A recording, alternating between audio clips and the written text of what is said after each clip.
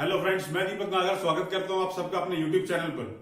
अगर अब तक आपने मेरा चैनल सब्सक्राइब नहीं किया है तो प्लीज चैनल जरूर सब्सक्राइब कर लें।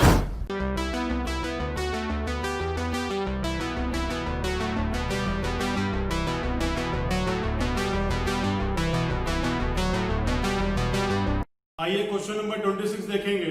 टॉपिक का नाम है अकाउंटिंग इक्वेशन, डी के गोयल क्लास 11th की बुक में से। क्वेश्चन ऑलरेडी मैंने जो है बोर्ड पर लिख दिया है। आइए सब लोग मिलकर उसको पढ़ते हैं और सॉल्व करते हैं। Started business with cash 60,000, goods rupees 30,000। Business start किया है, क्या क्या लेके आया भाई? कैश लेके आया है और गुड्स लेके आया है। तो जितना कैश लेके आया उससे कैश बढ़ा दूंगा और जितने के गुड्स लाया उससे स्टॉक का ऐड बना देता हूं। कैश वाले में कैश प्लस कर लिया और स्टॉक का ऐड बनाया और 30,000 स्टॉक में प्लस कर लिया। दोनों काम कर लिए। अब ये दोनों मिलकर के हुआ क्या? ये दोनों मिलकर के हो गए उसकी कैपिटल। आइए यहां एक कैपिटल का हेड बना लेता हूं और दोनों का एडिशन 90,000 इसमें प्लस करके लिख देता हूं। आइए आगे चलते हैं। Purchase goods for cash 40,000 and on credit 25,000। Mall purchase किया है कैश में कितने का? 65,000 का। जब कैश में प्लस किया 65,000, दोनों का एडिशन कर दिया भाई मैंने। 40 प्लस 25, 65 का स्टॉक बढ़ गया। कैश में कितने पैसे दिए? जितने दिए उससे कैश कम हो गया। और जिससे हम माल उधार पर लेते हैं उसका नाम होता है जी, टेक्निकली अकाउंट्स में उसे बोला जाता है क्रेडिटर। और उस क्रेडिटर में भी हमने 25,000 का बैलेंस प्लस कर लिया। ये आ गया 90,000 यहां पे, ये आ गया 25,000 यहां पे। इसे भी प्लस माइनस कर लेते हैं। यहां आ गया 20,000 प्लस का और यहां आ गया 95,000 स्टॉक में। नेक्स्ट लिखा है goods costing 48,000, sold at A profit of 33 1/3, 3/4 payment received in cash. आइए आगे चलते हैं। सबसे पहले इसकी छोटी सी एक वर्किंग बनाएंगे और देखेंगे वर्किंग का इफेक्ट। कॉस्टिंग कितनी है भाई? कॉस्टिंग है 48,000। अब इस कॉस्टिंग के अंदर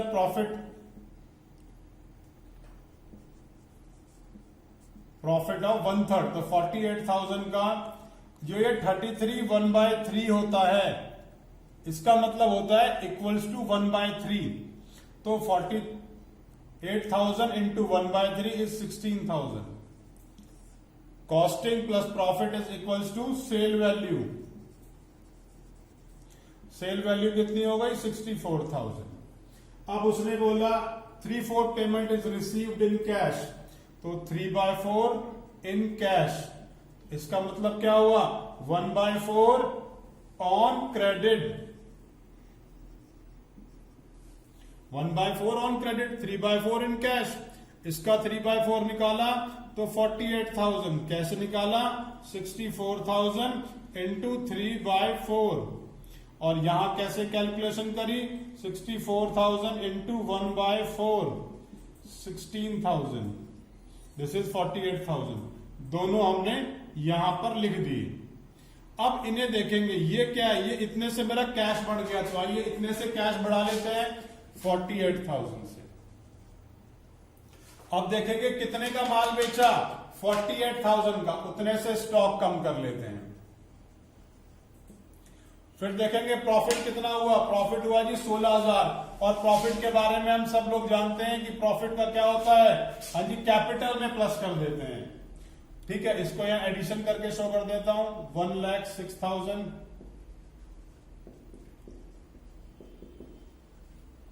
उसके बाद जो ये क्रेडिट आ गया, जिसको माल उधार पर बेचते हैं हम लोग अकाउंट्स में, उसको टेक्निकली बोलते हैं डेटर। अकाउंट्स की लैंग्वेज में उसको बोला जाता है डेटर। और डेटर की वैल्यू क्या है? 16,000।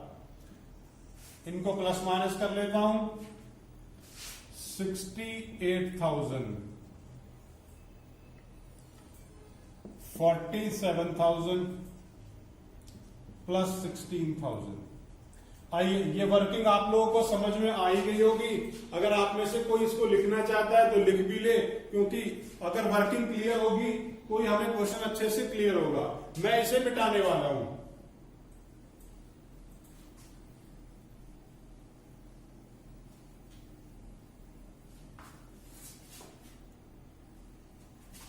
अब बात करते हैं goods costing 20,000 sold at A loss of 5%।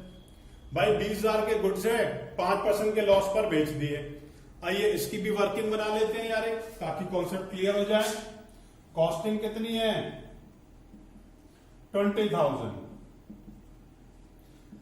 कितने के लॉस पर बेच दिया? Loss of 5%। ठीक है जी, 20,000 का 5% लॉस है।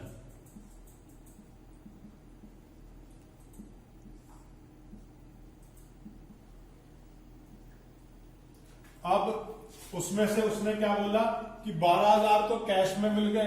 अगर इसमें से 12,000 हमें कैश में मिल जाएंगे तो बाकी कितने बचे? 19,000 माइनस 12,000, 7,000। ये 7,000 ये वाली फिगर अगर कैश में है तो इसके लिए क्या बचा जी? इसके लिए बचा क्रेडिट।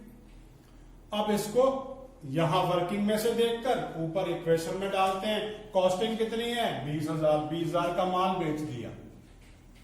लॉस कितना है? 1,000। लॉस का क्या होता है भाई? कैपिटल में से लेस हो जाती है।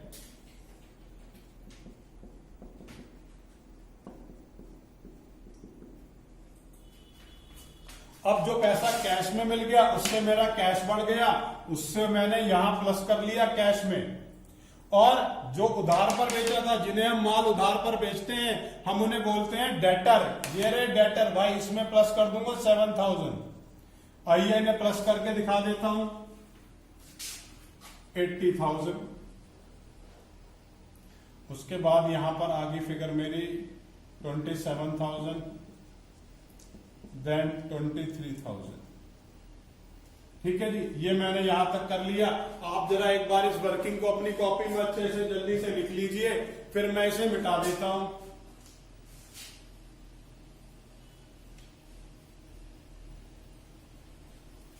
आइए आगे चलते हैं भाई।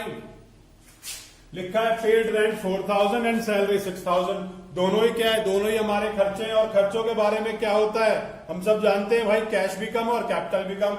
आइए कैश और कैपिटल दोनों कम कर देता हूं। अमाउंट है 4,000 और यहां अमाउंट है 6,000। और कैश भी कम कर दिया था और कैपिटल भी कम कर देता हूं, तो ये फिगर मैंने यहां से भी लेस कर दी। फिगर आ गई 95,000 प्लस 25,000। ये आ गया 70,000 प्लस 27,000 प्लस 23,000। आइए आगे चलते हैं। Receive cash from debtor. Debtor ने हमें 15,000 रुपए दे दिए। डेटर कौन? जिसे माल उधार पर बेचा था भाई, उसने 15,000 रुपए दे दिए। जब 15,000 उसने दे दिए तो 15,000 रिसीव कर लेते हैं, तो 15,000 से हमारा कैश बढ़ गया। और उतने अमाउंट से फर्क क्या पड़ा भाई? उतने अमाउंट से हमारा डेटर की वैल्यू भी जो है वो कम हो जाएगी। मैं इसे माइनस करूंगा। ये वैल्यू आ गई 85,000 प्लस 27,000 प्लस 8,000। इतना सब कुछ कर लिया भाई। और इसके बाद 95,000 plus 25,000। Paid telephone bill amounted to ₹800। Telephone bill दिया कितने रुपए का? 800 रुपए का। अब जब टेलीफोन बिल दिया 800 रुपए का, तो भाई टेलीफोन बिल तो खर्चा है, और खर्चे के बारे में सब लोग जानते हैं क्या क्या होता है भाई, कैश कम और कैपिटल कम। तो दोनों ही मैंने कम कर दिए। दिस इज 94,200 प्लस में 25,000। और यहां पर भी टोटल कर लेता हूं। 84,200 प्लस 27,000 प्लस 8,000। और फाइनली क्वेश्चन इसी तरीके से करके प्रेजेंट करना है। अगर क्वेश्चन में कोई भी डाउट है तो नीचे कमेंट बॉक्स में कमेंट करें, मैं आपके कमेंट के जवाब जरूर दूंगा।